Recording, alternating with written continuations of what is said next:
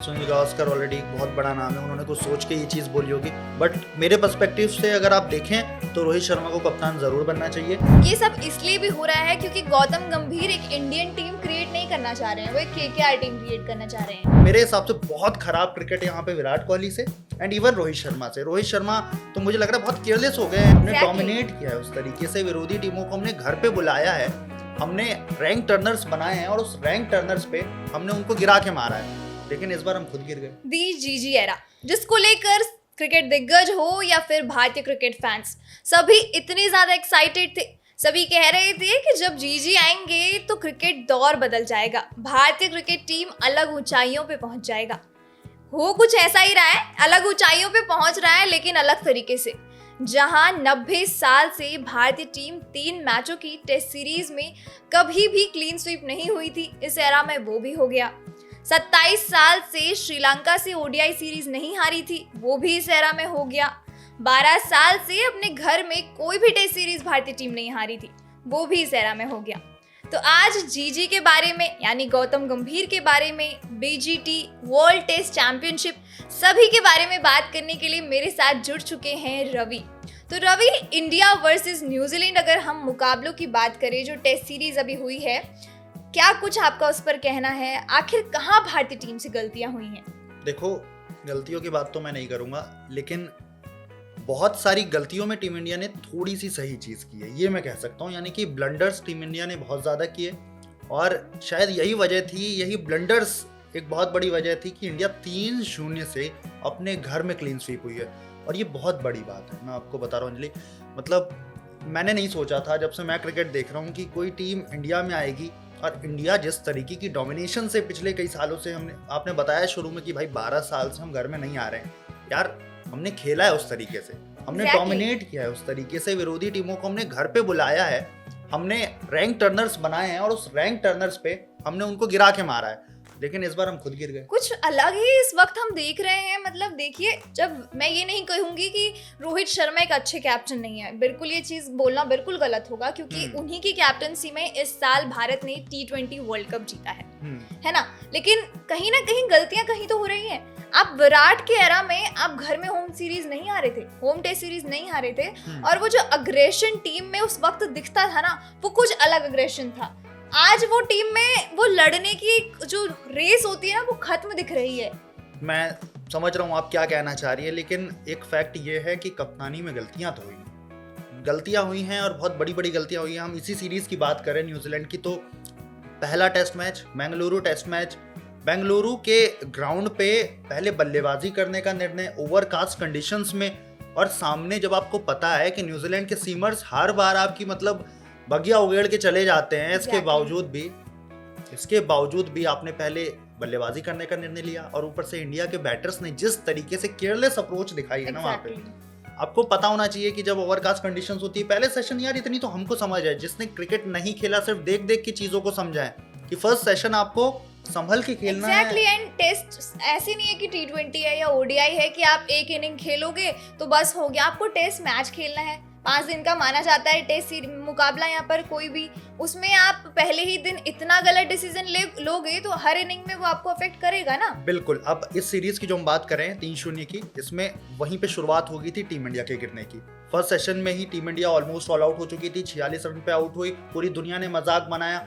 Even Australia ने तो अपने ऑफिशियल इंस्टाग्राम हैंडल पे मैंने उनकी एक वीडियो देखी थी जिसमें उन्होंने लिखा था कि 46 इज बेटर देन 36। यार व्हाट इज दिस? एग्जैक्टली, क्योंकि वो कहीं ना बीजीटी आने वाला है, तो उसके लिए भारतीय टीम का मोराल डाउन कर रहे हैं। बिल्कुल। और हम उन्हें गलत नहीं कह सकते, क्योंकि कोशिशें यहाँ पर पूरी हो रही है ऑस्ट्रेलिया की तरफ से कि आने वाली जो बॉर्डर गावस्कर ट्रॉफी है उसमें वो भारतीय टीम को चाहे मुकाबले में हराएं या उससे पहले मेंटली हराएं, पर वो पूरी कोशिश लगी हुई है। ऑस्ट्रेलिया की टीम और ऑस्ट्रेलिया की media and the mindset they have is like very strong. Obviously mindset तो हम भी यही लाने वाले थे, जीजी एरा कर रहे थे, सब कह रहे थे भाई 2007 की ऑस्ट्रेलिया बन जाएगी, सामने जो आएगा उसको पछाड़ देंगे। आपको ये लग रहा है कि जब T20 वर्ल्ड कप का फाइनल मुकाबला था तो उसमें अक्सर मैं मीम्स भी पढ़ रही थी, कुछ फैंस ने ये दुआ करी थी कि बस भगवान ये जिता दो, उसके बाद सब हरा देना, वही कुछ हो रहा है। भगवान ने आपकी दुआ सुन ली है यहाँ पे। उसके बाद से सारे मैच इंडिया सर्टेनली हार ही रही है। उसके बाद से ग्राफ इंडिया का एकदम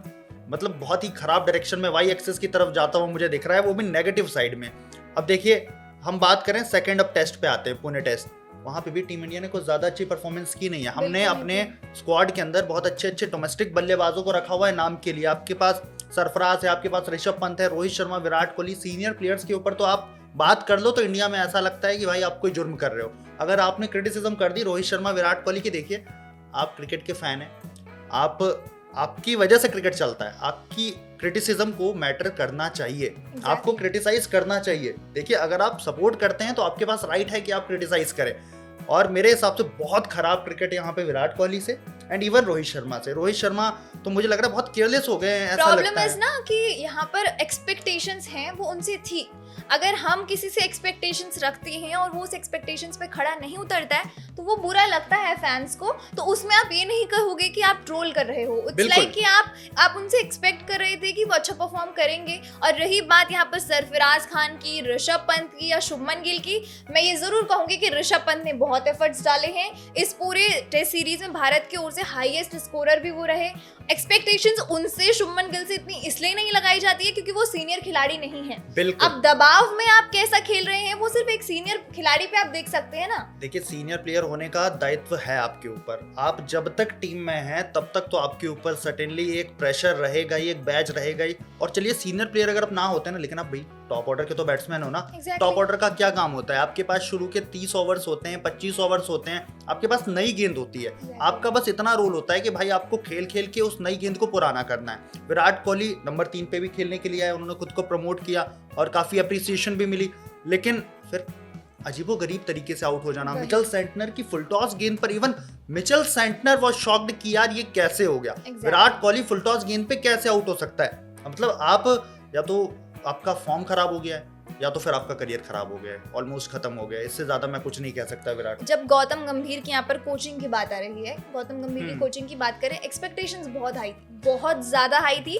जब गौतम गंभीर कोच बने थे तो सबने एक स्टार्ट कर दिया था जीजी एरा, एक आप कह सकते हो ओवर कॉन्फिडेंस कह सकते हैं। गौतम गंभीर को नहीं कहेंगे बट फैंस को था कि जीजी एरा के, मतलब जब गौतम गंभीर कोच के रूप में आएंगे तो इंडियन टीम एक अलग लेवल्स पर जाएगी। देखिए, इसके पीछे मैं क्लियर सी आपको कट फंडा बताता हूँ। देखो, गौतम गंभीर ने आज से पहले कभी कोचिंग नहीं की, टू बी ऑनेस्ट, आज से पहले कभी कोचिंग नहीं की। वो लखनऊ सुपर जायंट्स के साथ थे, वहां पे वो किस रोल के साथ थे, क्या टैग था उनके पास? मेंटोरशिप का टैग था। इसके बाद वो कोलकाता नाइट राइडर्स जाते हैं, वहां पे उनके पास क्या टैग होता है? वहां पे उनके पास कोचिंग का टैग नहीं होता, वहां पे भी उनके पास मेंटोरशिप का टैग होता है।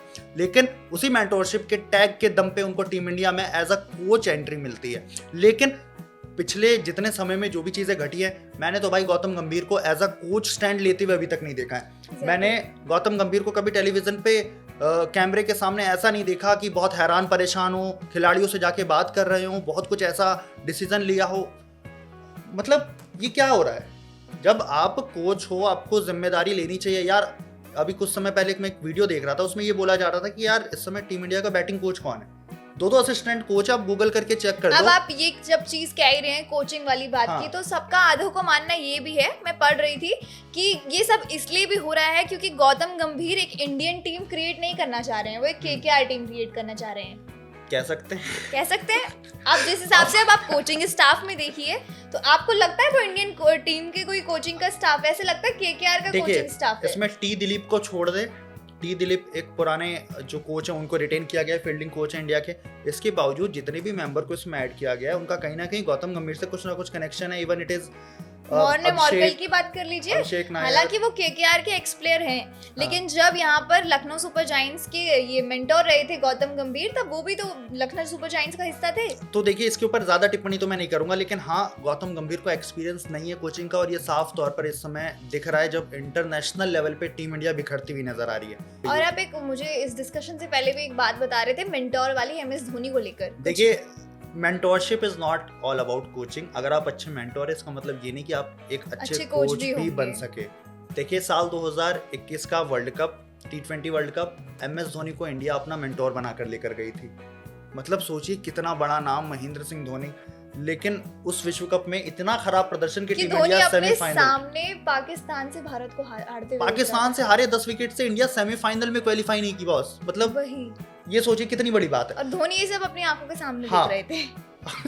वो कप्तान जिसने इंडिया को T20 वर्ल्ड कप जितवाया, one day world cup world cup जितवाया, चैंपियंस ट्रॉफी ऐसे जितवाया। कोई फॉर्मेट नहीं था जिसमें उन्होंने नहीं जिताया। बिल्कुल। और स्टिल वो कप्तान अपनी उसी टीम को एक मेंटोर के रूप में हारते हुए दिख रहा था। जैसा कि मैंने बताया काफी कंसर्न में। अब एक स्टेटमेंट दिया है इस समय जूस हेज़लवुड ने, ये जो पूरा का जॉश पूरा, हेज़लवुड का, हाँ मैंने सुना। हाँ पूरा का पूरा जो ये सीरीज गया है, उन्होंने कहा है कि अच्छा हुआ टीम इंडिया 3-0 से हार गई है। अगर वो 3-0 से जीत गए होते तो शायद हमारे लिए बहुत खराब चीज होती पहली तो, क्योंकि उनके लिए WTC फाइनल में पहुंचने की राह और मुश्किल हो गई होती।